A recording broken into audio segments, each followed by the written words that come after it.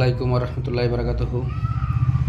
আমি গ্রামীণ চিকিৎসক শহীদুল ইসলাম শেখ আপনাদের সম্মুখে একটি নতুন ধরনের রেসিপি তৈরি করার জন্য বেশ কিছু উপকরণ আমি সংগ্রহ করেছি। যে উপকরণগুলোর মধ্যে একটি হচ্ছে ব্রোকলি, বাঁধাকপি, লাল ক্যাপসিকাম, বরবটি, ফুলকপি, সবুজ ক্যাপসিকাম, হলুদ ক্যাপসিকাম, মাঝে আছে গাজর কুচি। এই উপকরণগুলো দিয়ে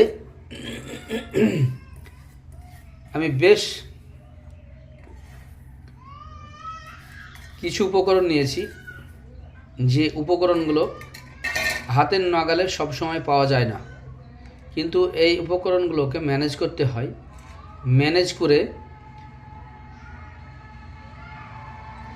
ম্যানেজ করে এইগুলোকে আমরা একটি রেসিপি তৈরি করব। আরেকটি দেখতে পাচ্ছেন প্লেটে, একটি কালারিং প্লেটে দেখতে পাচ্ছেন একটি আছে, এটাকে হচ্ছে কেনুয়া চালের এটা ভাত। এই কেনুয়া চালের ভাত দিয়ে আমরা একটি ফ্রাইড রাইস তৈরি করব। এই ফ্রাইড রাইস খেতে খুবই সুস্বাদু হয়। আপনারা ইচ্ছা করলে বাড়িতেও করতে পারবেন। আপনারা যদি মনে করেন আমি বাড়িতে করে প্রতিনিয়ত খাবো, এই বাইরের fast food, process food, ultra process food না খেয়ে বা বাচ্চাদেরকে না খাইয়ে আপনারা যদি মনে করেন যে আমরা নিজেরাই বাড়িতে এই ধরনের উপকরণগুলো আমি সংগ্রহ করব এবং কিনোয়া ফ্রাইড রাইস তৈরি করে খাওয়াবো চাল দিয়ে, আপনারা অবশ্যই পারবেন। কারণ হচ্ছে বেশি পয়সা খরচা হয় না বন্ধু। আমরা নিজেদের ছেলেকে, নিজেদের মেয়েকে নিজেরাও খেয়ে থাকি বিভিন্ন ধরনের ফাস্টফুড, প্রসেস ফুড, এমনকি মার্কেট থেকে, বাজার থেকে, হোটেল থেকে যে সমস্ত খাবার আমরা কিনে আনি, বিরিয়ানি কিনে এনে খাওয়াই, গাদা টাকা খরচ করি, কিন্তু আমরা এই ধরনের খরচগুলো করি না।